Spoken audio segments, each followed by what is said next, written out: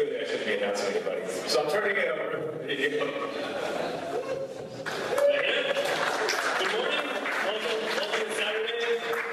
I kept myself inside last night so that I could give this keynote with Nathan earlier, and so I could give this talk to you that I believe very passionately about the right session. All right. So we're talking about material design. I want to start off to give another round of applause to Roman Nurek. Did a great job. Raise your hand if your background right now is Mosaic on your phone. Who's using Mosaic? All right, that's a pretty good majority, considering it's a background app with classical art. Right. So, I'm going to be talking about material design stuff, and I want you to know why you should listen to me. I graduated from the University of Nevada over on the West Coast, and then right after graduating, I moved to Sweden. I spent 2 years in Sweden working at a startup company, working with some guys who used to work on the Android framework at Sony Ericsson, working with some of the consultants from a big consultancy called J-Way over there. They've done some significant contributions to the platform, and I learned firsthand from these guys. So I got a lot of great framework experience from them. After that company went under, I decided to end my trip in Europe and move back to America. But not Nevada. Nevada is no longer home for me. My home is now in New York City. And I got here and I worked immediately in an agency doing Android development, taking my skills there. My first job, can't tell you what the ad was, but this is a huge application redesign that had between 10 and 50 million downloads on the Play Store. This application has a 4.2-star rating and was hailed as a beautiful application redesign. After I finished this application, Tumblr said, hey, that's pretty good. Maybe you should come do this at Tumblr as well. So I started helping to rebuild parts of the Android application at Tumblr and started implementing the knowledge and the experience that I've gained there. We also have 10 to 50 million downloads on the Play Store, 4.4-star rating. So I have some experience in building some consumer-facing applications for lots of people. So today, we're going to demand some answers. I know that we're all here to have our questions answered. We all have different questions that we want to know. So I'm going to first talk to you about being a conformist. I'm going to talk to you about my personal journey of being a conformist. And then I'm going to talk about what does it mean design. Pedro was talking about design. Roman Nurek was talking about design. And I'm also going to continue to talk about design. There's a theme here. There's a theme developing. What does that even mean? Finally, I'm going to tell you what they don't really want you to know. What are they hiding from you? What are they hiding? We're going to figure that out. Why materials? Why materials? Why now? And then finally, what can I do today? Because that's really why we're all here. We're here to do something cool. We're here to do something right now. We're not here for me to tell you. Well, maybe you are. Let's get into this. So, on being a conformist. I was once like many of you. I probably still am. I was a design guidelines conformist. What does that even mean? Well, we heard a lot of talk about material design. We all know about Holo. It's a great strict set of rules. And when you're a conformist, you look to the guidelines, and you're looking towards what should the rules say? How big should my action bar be? How far should my text be from the left? What font size should I use? What is the minimum font size? What is the desired touch space area? And what happens is when people come to me with requests and they say, can we change the color of the menu? No. Can we change the color of the action bar? Can we at least animate it? No, that's certainly not an option. Modifying dialogues, modifying list items, modifying the menu text, modifying the action bar, modifying pretty much anything you want to modify. No, the answer is no. If it was meant to be modified, the framework would let us modify it. Why don't you understand? If you were meant to be able to change the color of this menu button, then there would be an API that says set menu button color.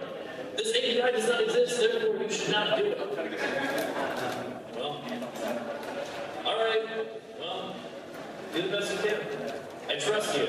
We are Android developers in 2014. We are in extremely high demand, and our skill sets are very extremely specific.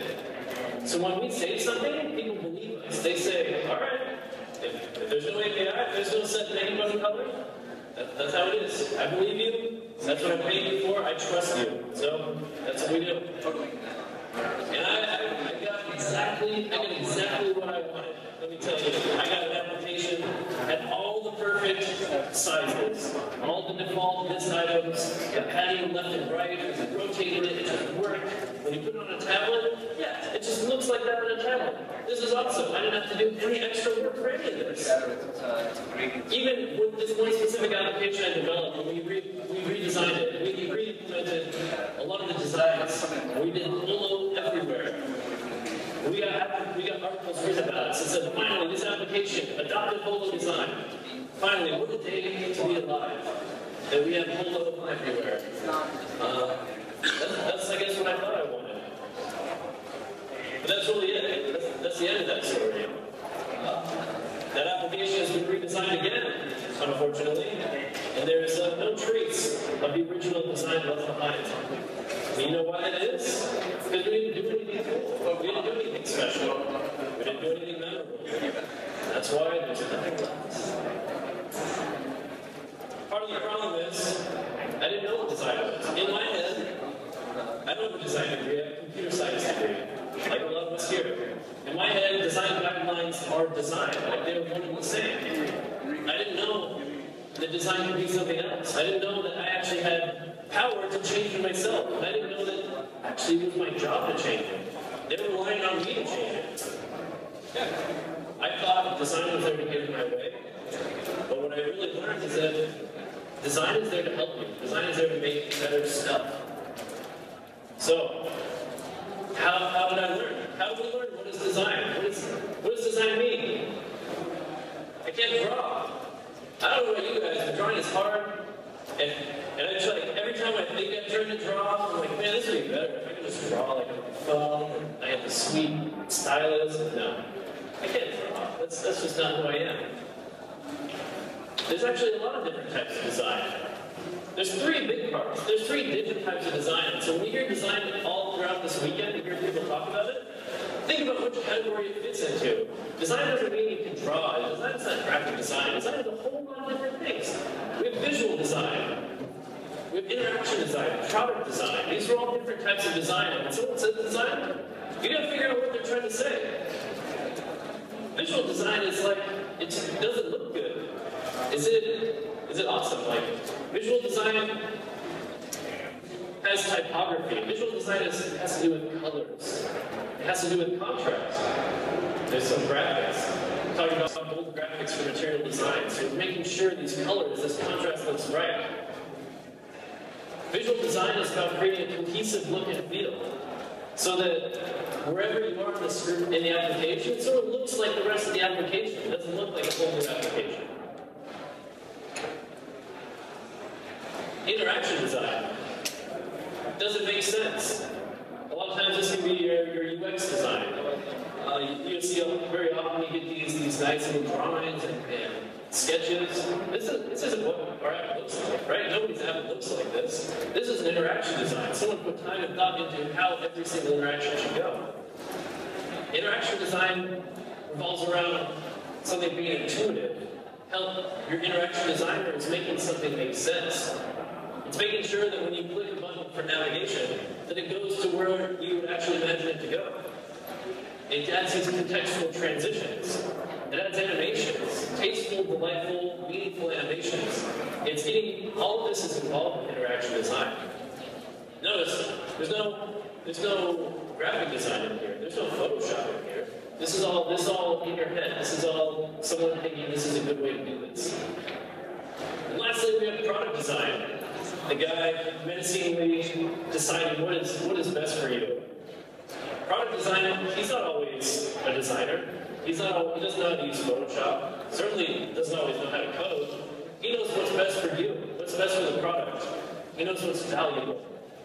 They know what's useful. They know what makes sense. And they have a vision. So a product designer is someone who understands what the core of your product is. Does this make sense? Does this make sense that whatever this feature is, if you have a toaster, does this toaster need a touchscreen? If you have a refrigerator, does a refrigerator need to connect to your watch? I don't know. Your product designer will know. He'll know pretty quickly yeah, no one's going to their fridge and looking at their watch and thinking, man, if only I could get ice cubes by pressing this button here. So, what's important about learning design, something that took me a long time to understand, is design is not a guideline. Design does not mean one specific thing. Design means a lot of different things. You don't have to know all these things yourself. It doesn't have to be you. It can be a group of people. You can have two of the roles. You could have all of them if you're really good. I'm not that great. I know I can fulfill some of them some of the times, but I lean on my friends, I lean on my colleagues to help me out, to help me figure out what makes sense. Now we sort of know what design is. And we sort of know that it's very possible and very easy to fall into this conformist trap. So now what? What don't they want me to know? Why are we here? What are they hiding from us? We have a lot of talk about material design today. Is this material design? Floating action buttons? Round avatars? Is this material design? I saw Ellie Connors just a little bit ago. These accent colors, these colored status bars. What about this? Is a grid view material design? These shadows here? These cards? I see a lot of that in material design. I definitely see a lot of that stuff. So I think, is this piece of aluminum with some lines on it and a hole for a tennis ball? If this isn't material design, then I really don't know. I'm going to start this next section off with a question. Who here has ever liked a band before it was cool? Yeah? That's a good feeling, right? You're like, yeah, I like that band before it turned into this twin sensation. Well, what if I told you that material design actually isn't new?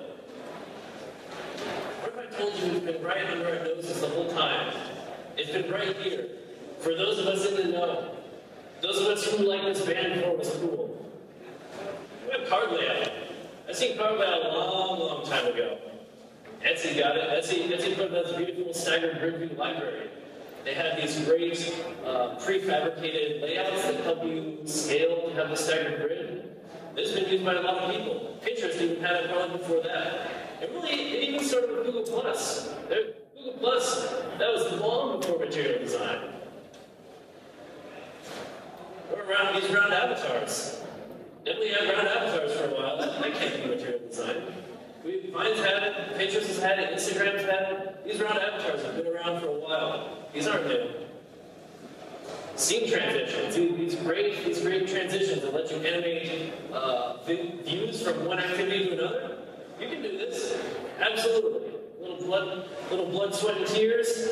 Put your face in the keyboard. You can get it done. Accent colors, you don't need no palette library to generate your accent colors. Pocket Cast has been doing this for a long time. One of my favorite applications. Floating action button. It's a pretty cool thing. I tried to call it screen action button at one point. It never caught up. Path is a great one. We've got one. Foursquare had one. They took it out. Chat's is sort of like a floating action button. Back arrows. Remember when the Instagram update came out earlier this year? Like, man, Instagram, I thought you were giving me like a holo update. I thought you were finally going to move this thing from the bottom to the top. And instead, you just gave me back arrows and flatter things and rounder avatars. That's funny. I'm pretty sure that's in the material design guidelines. Look at all these applications. I see a lot of material design in here. A lot of material design in these applications that have been out for years.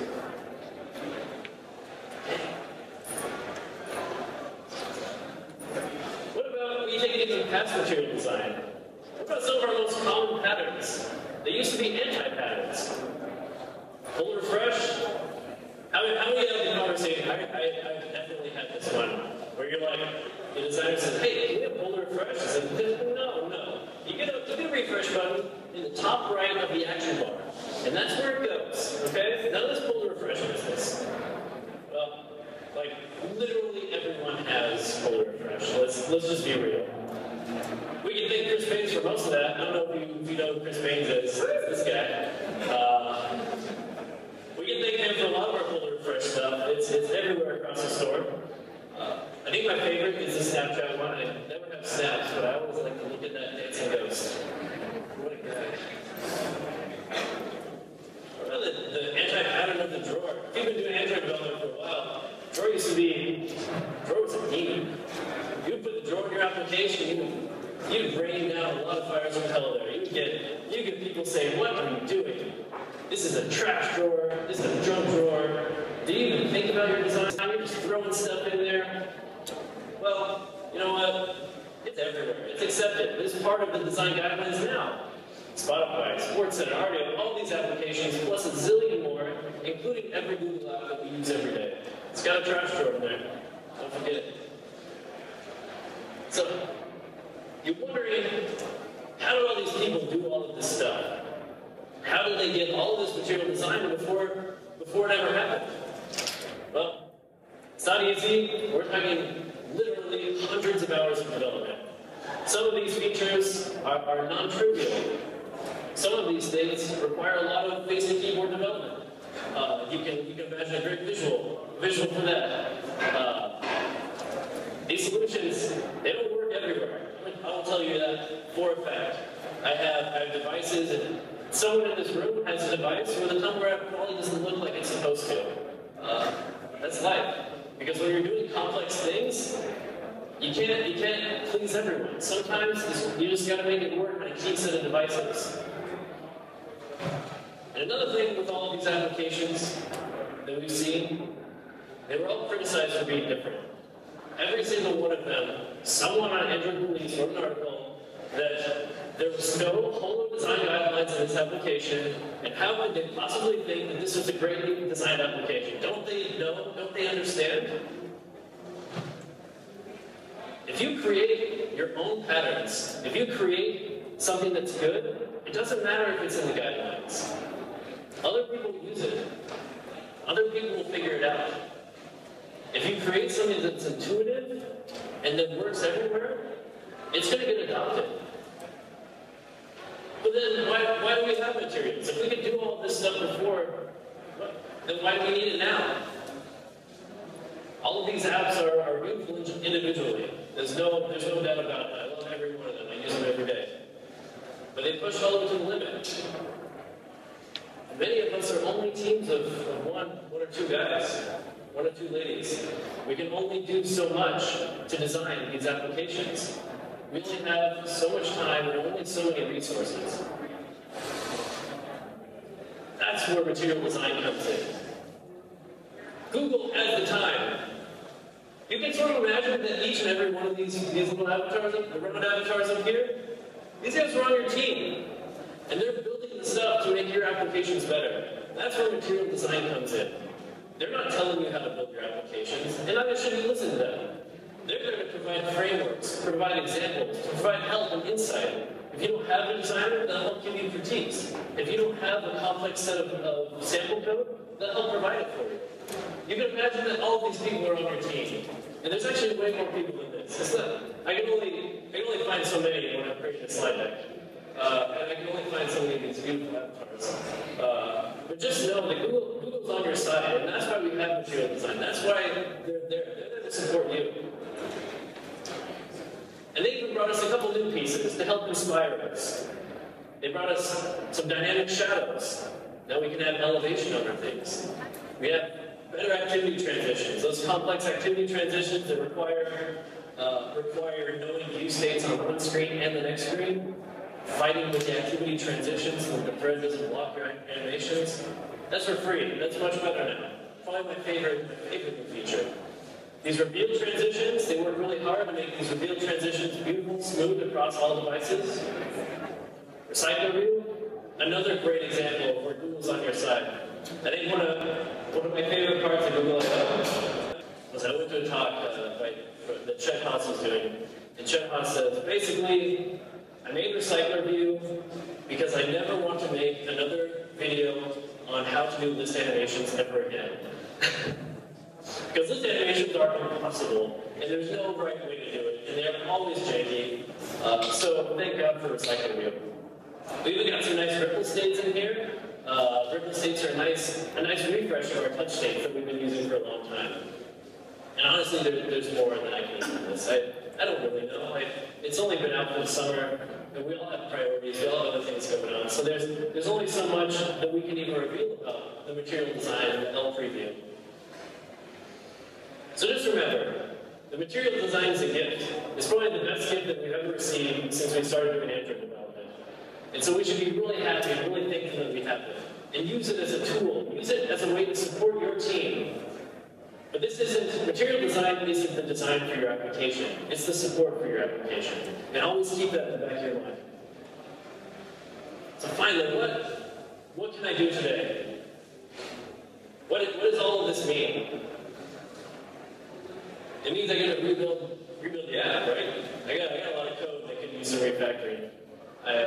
This adapter bin, this post fragment. No, you cannot. It does not mean you get to refactor your application. You're not go to your boss and say, "Hey, material design, gotta rebuild it." Sorry, I'd love to, but yeah, you can't do it. It does not require you to rebuild your app. It's not a new framework. There's no APIs, but it doesn't require it. It might be a good time to clean up some pieces. It might be a good time to clean up your action bar. If you're doing some crazy stuff in there, maybe it's time to tone it back. Prepare for the toolbar APIs. If you're doing some crazy adapter stuff, maybe it's time to take a look at recycler view holder pattern. Make sure that you're sort of in that mind to make that migration easier. But a lot of the things you want to do, you can do it just by changing the theme. It's not so bad. And you don't have to change everything all at once. I know there's going to be a big push to be the best materially designed application on the Play Store. Well, you don't have to. You can take it slow. Take your time. It's a relationship. It doesn't happen all at once. You can do press stage for one release. You can do the toolbar for another release. Don't feel the pressure to do it all at once. Should I start? My L update now. Maybe. Depends on how big your team is. Depends on how clean your code is. If you're the Tumblr app, the answer should probably be no, but we're doing it anyway. L development is still pretty tough. It only runs on L devices, or the emulator, favorite thing in the world. The best paradigm we found, is from the iOS Sketch app from iOS here. You sort of go to Gradle, you get a separate compile deal with the flavor. That's not fun. That's not really practical. Not a really good use of your time either, honestly. Support libraries aren't really usable yet. You think they are, but if you want to put some recycler view in your application, you're gonna have a bad time. As Helper Roman might tell me what was going to be usable in his last time, but he did not deliver. That's okay. There's lots of other stuff you can work on. The support libraries will come. Recycler view will be in there. Palette will be in there. You got plenty of other stuff to do. Don't worry about that stuff right now. For now, start thinking about animations. If you haven't thought about animations in your applications yet, maybe now is the time to start. If you've never used a view property animator, which I don't blame you, because you probably had to support Gingerbread, which means you probably had to use 9.0 Androids, which means you probably didn't really know what was going on, especially with some touch states in wrong places. God bless Jake Gordon for making that library thing. But let's get around to that guy.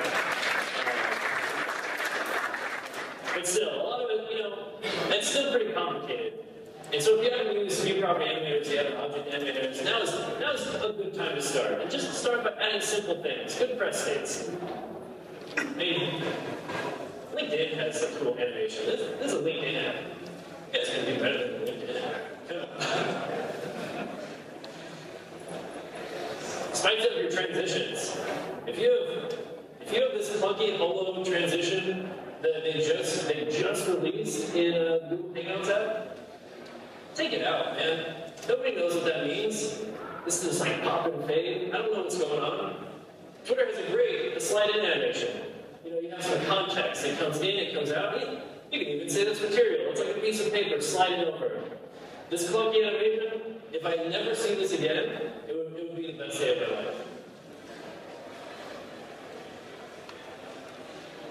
Lastly, even though material design isn't really only about margins, right, should probably just do it. There's not going to be, there's not going to be any magic tools and say like, all right, fix my margins. Yeah, I guess I did hear about one in the last talk. We're going to line your title to a key base, that's a key line. That's pretty cool. And that might be the only one you get. And I wouldn't really count on it. Clean up your margins, give it to your designer and say, hey, let's make this look good. Might as well. It's not health specific. It's just padding. It's just margins. You can do it. Also, I saw on that Edward Weekly, there's a Luke gets your book. I've never met him before. He always does good stuff. He just released this material design, like relative layout sort of view that puts these key lines on the actual device around your view, so you can do very visual nice spot checks.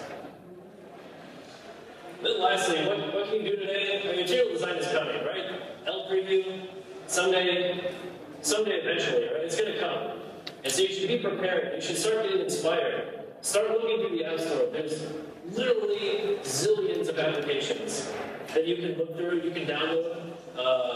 I'm constantly clearing out applications on my phone because I hit my SD card limit. Let me tell you, there's so many apps on the store that have so much great design, you need to start using every single one of them. All of the great features in the Tumblr Android application come from this conversation that I have every morning drinking coffee. Hey, did you download the Hangouts update? What do you think? Did you download the Snapchat update?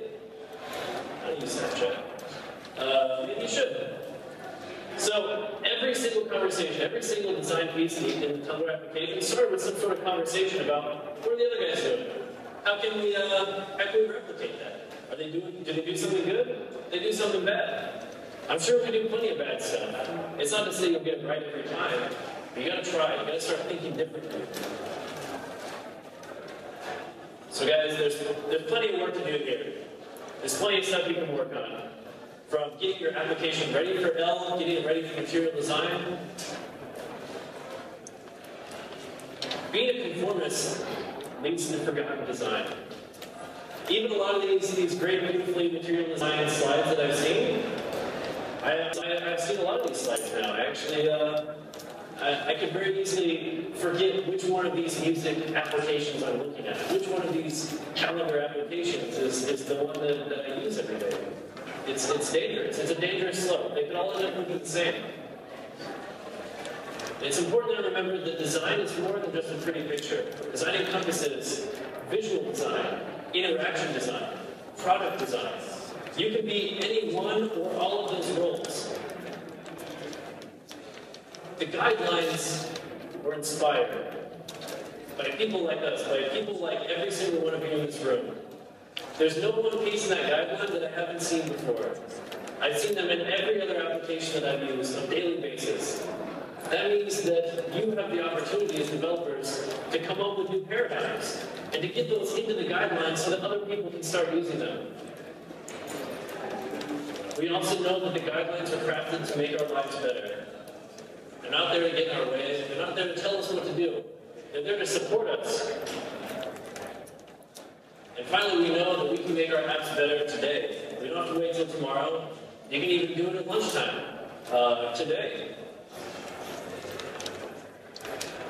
I'm going to end on a quote from a relatively famous designer that I follow. He says, conformity and efficiency have a price. And that price is design. That price is design across all those different fields of design that I talked about. And I want to challenge every single one of you today to take another look at your applications. Take a look at your interactions, at your navigation. Take one thing and say, I'm going to make this piece better. I'm going to add an animation here. I'm going to fix this transition. I'm going to make this cohesive. Just take one piece and implement it next week and release an update to the Play Store on Friday. Get that in your application. Get it going now. There's no reason to wait. Your users will understand it. Your users will appreciate it. And you'll feel better that you're actually doing something to contribute to the community. Thank you.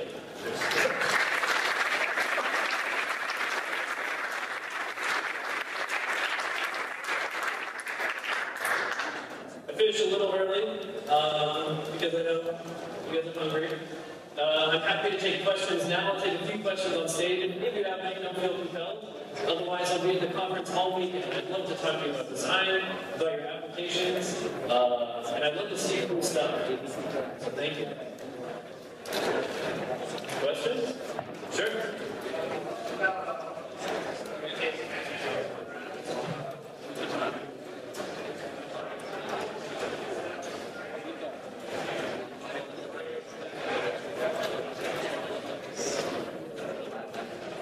So the question is we take a lot of inspiration from other applications and we bring them into the Tumblr application. Has that ever failed us? Have we ever been led astray? Absolutely. Absolutely. Sometimes that makes it into the application, sometimes it doesn't. We have a lifelong battle between me and my designer about this feature called swipe back. The roots of it the origins are unknown. We definitely see it in a lot of places now, but the whole premise is that instead of pressing the back button, you can just swipe the whole screen. The whole screen, you swipe it over and it goes back. It actually is really cool. And I loved having it in while I had it in. But to get that swipe back in our application, to get that sort of nice preview, that flow, we had to do some terrible things. We had to do some terrible things in the Tumblr application. Things that hurt performance, things that hurt the code base, things that just generally made a lot of us developers really frustrated because we had to work with it all the time. For legacy issues, because of performance issues. I think this is a case where it didn't really play out for us. We weren't seeing the kind of adoption that we wanted, and it was really hard to tell if we weren't getting adoption because it was implemented poorly, or if people couldn't find it, or if people just didn't like it. So that's probably one of my prime examples of something that we ended up taking out that I would love to revisit and come back to. But I think I could probably talk about some of these things all day long. But if we'll try and take another question, I'll talk to you more after.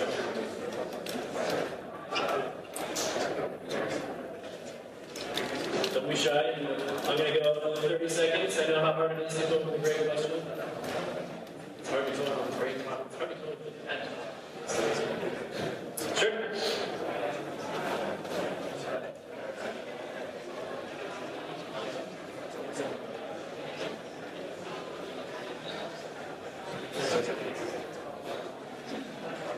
So when I'm working with different teams, the question was, how do I reconcile design with engineering? And probably the heart of that question is, how do I get the engineers to actually respect the design? Or maybe even the other way around, it's getting the designers to respect the engineers. We covered that a little bit earlier in the keynote. I also covered a little bit in the talk, but I think one of the key things that I've started using and started implementing in our conversations is this idea of avoiding bike shedding. And a lot of times, a lot of these conversations get really hostile for really stupid reasons. So we're here to talk about this one specific piece of the application. We're talking about the follow button. So we come in with the follow button and we get a high fidelity mock-up that has the entire application on it, so we can talk about this one follow button.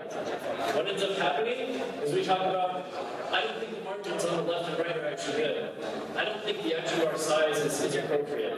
That's not what we're here to talk about. This conversation evolves and evolves. And a lot of our design conversations ended up this way. They created hostility between the developers and the designers that there wasn't an open dialogue because we couldn't talk about anything. So, my key advice to developers and designers working together is that you have to foster this friendship and understand that you're working towards the same goal, you're working towards the same application, and you're all working towards the one thing, and that's to please your users. And as soon as you figure that out, and you understand how to focus your conversations on talking about the specific things you're trying to talk about, and not being sidetracked by this bike shedding, then I think it'll go a long way. Quick note, bike shedding is you're building a nuclear power plant, and at the power plant you need a bike shed for your workers. No one knows how a nuclear power plant works. Everybody knows how a bike shed works. So you're spending $100 zillion on a nuclear power plant, and everybody's like, yeah, cool, build it. When you get to the bike shed part, they say, maybe it should be twice as big. I don't think that many people are going to ride their bikes to work. So bike shedding is focusing on something that everyone has a grasp on, and completely ignoring the actual problem you're trying to look at. All right, well, I'm going to be around the conference. I'll be down here for another few minutes. If you have any other questions, see your designs. Thank you so much.